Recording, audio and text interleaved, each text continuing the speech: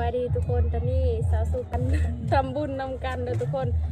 บ่าวบุญตาบ่าวไซบ่าววงเลยทุกคนทุกคนสาวสุกันมาอะไรบอกทำบุญนำกันกับชื่อยังตั้งประชาชนต้นเบอร์เอาหยอดบานยาง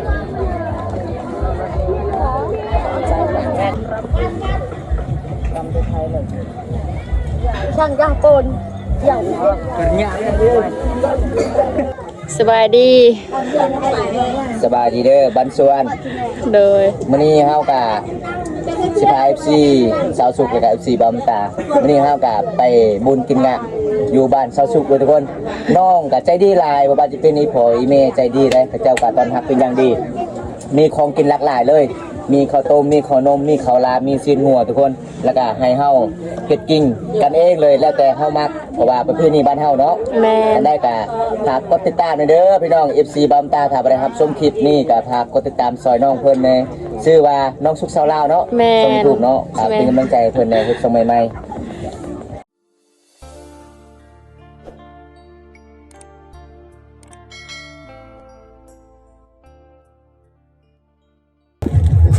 สวัสดีทุกคนตอนนี้สาวสุกันทำบุญนำกันเลยทุกคน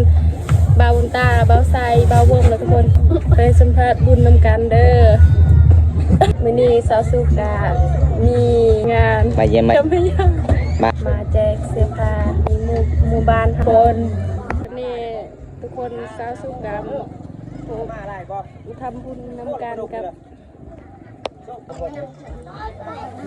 ชื่อยังตั้งประชาชนต้นเบอร์เอาหยอดบานยาง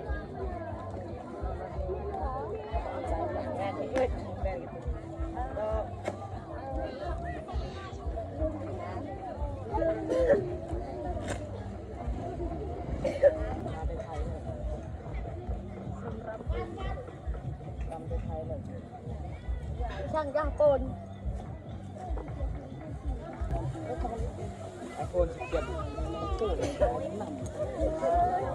มาละเพิ่มเงินเดือนอย่าง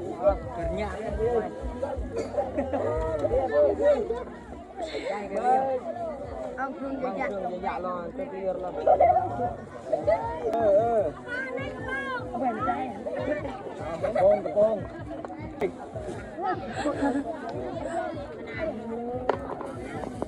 ป็นงานมาเบิดให้พวกเจ้าดูงามงามนะเหมือนเสือนี่เข้าไหมงามไหมเสือปะดา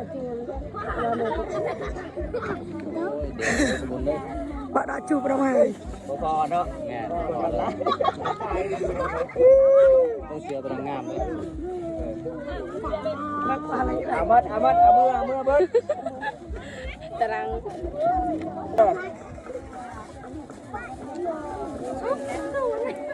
ลงเลยเนาะไอ้เหี้ยเหรอดีใจทุกคนยอด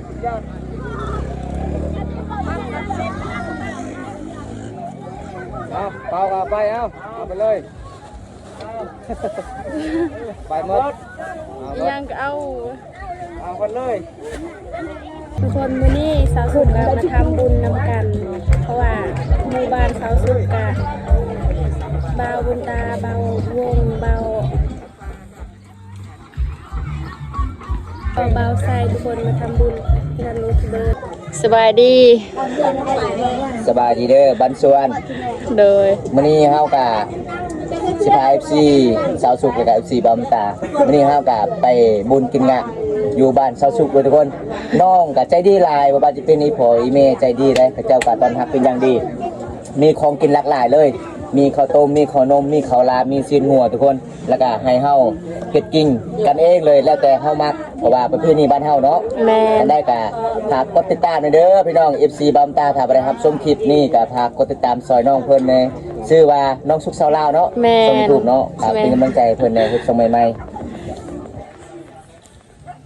สบายดี สวัสดีบดสุขุทุกคนมื้อนี้ก็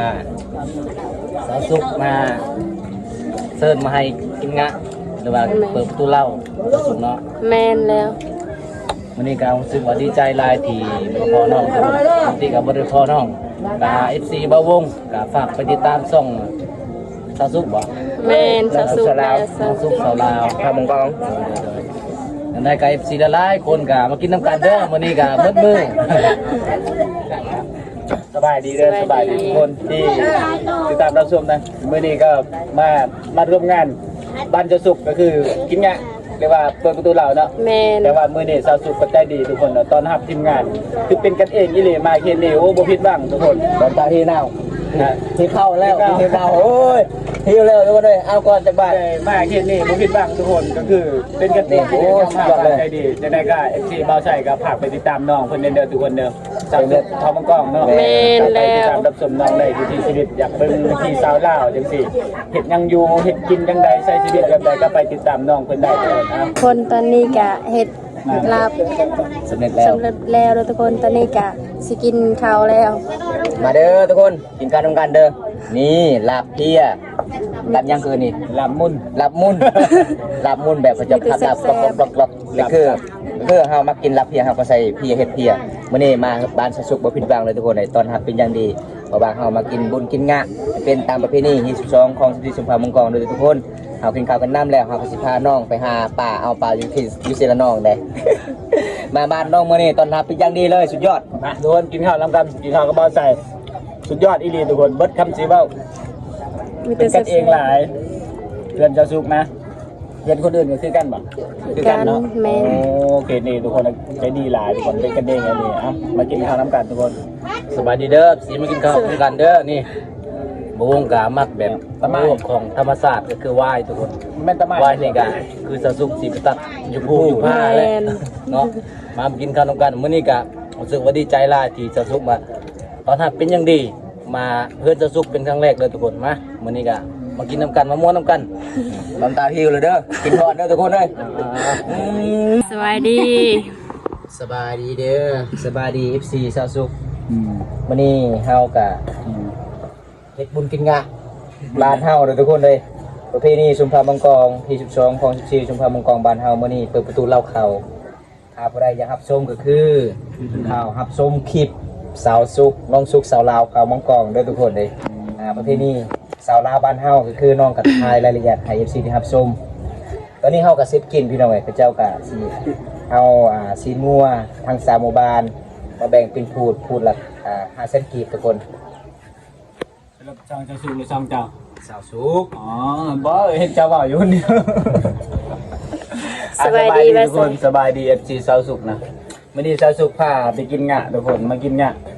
อันนี้เพื่อนพี่น้องเจ้าบ่ แม่น โอ้แม่นทุกคนมื้อนี้สาวสุขพาไปกินงะเพื่อนอันน่ะพี่น้องเพิ่นหรือว่าญาติเพิ่นนั่นแหละอยู่ที่บ้านแม่บ้าน นแล้ว บ้านนี้หยัง บางปรวง บ้านปุรวง โอ้ยทุกคนเป็นนี่ค่อนข้างเอิ้นหรือว่าจะเรียกซื้อบ้านเขามันก็ค่อนข้างจะลำบากแน่ทุกคนต้องใช้รอเรือหลาย ไปบางเกระบางเกระเต้อยู่ไป ๆสุดยอด ที่นี่ผิดที่นี่บ่ใส่ โอ้ครับที่ดี สุดยอดปะ สุดยอด chúc bay chúc ăn mà nó bay tao bên này là tạ เด้ผู้ชาวกินเด็กเป็นดูสปับเลย แล้วจะพาคนลืมทางนี่จังหน่อย นี่แกสาวแดงเลยทุกคนสบายดีสาวแดงสบายดีสาวแดงยังอยู่ตรงนี้ทุกคนตอนนี้สาวสุกาจะมาเห็ดกินแล้วทุกคนอันนี้ก็เห็ดแจวทุกคน เจียวเพียสุด แจวมะเผ็ดนะใครอยากมาก็มาได้ทุกคน yang phát trợ mù cực kỳ còn này cha kia lại lấy cái lực thế này lại cự một thằng này สาวสุกคนดังเด้อ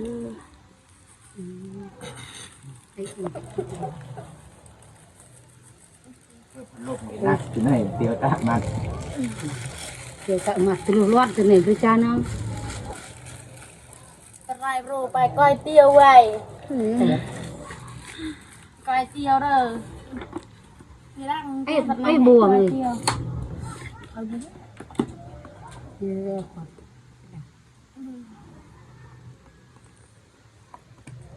ร มาเด้อทุกคนมากินเนี่ย ai cục ไอ้พวกนี้เรา ăn กัน cơm สลันกินเนี่ยกินงัว điện tăng thì bỏ สาวสุกเผ็ดเจลมาเผ็ดเด้อทุกคนเบิ่ง ชิดวิญญาณอะไร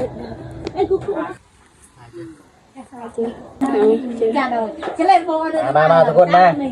ตอนนี้จะสู้กับกำลังเฮ็ดแจ่วเพียสดๆทุกคนเลยถามผู้ใดอยากสดๆฮ้อนๆแล้วแต่เอาจัดพี่น้องเลยเป็นกันเองเลยมาเขตนี้พี่น้องใจดีเด้ใจดีหลายทีนึงก็เคยได้กินทีนึงทางสามหมู่บ้านเป็นบุญในยิ่งใหญ่ของชนบทลาวเขาครูบ้านเฮาโดยทุกคนเลยเบาไซน่าสิบกับกรุงเทพล่ะเพราะว่าบ้านเฮามีแต่บุญกับบุญนั่นแหละตรงหักสาวมุงเรามาบ้านก่อนมากบอกว่าเฮารอคือ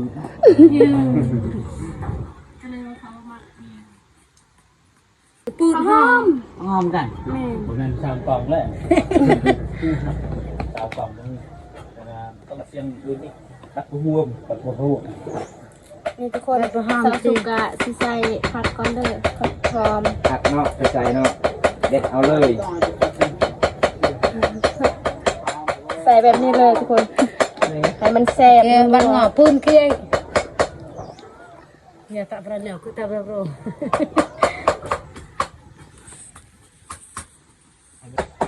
มาทำใจอีก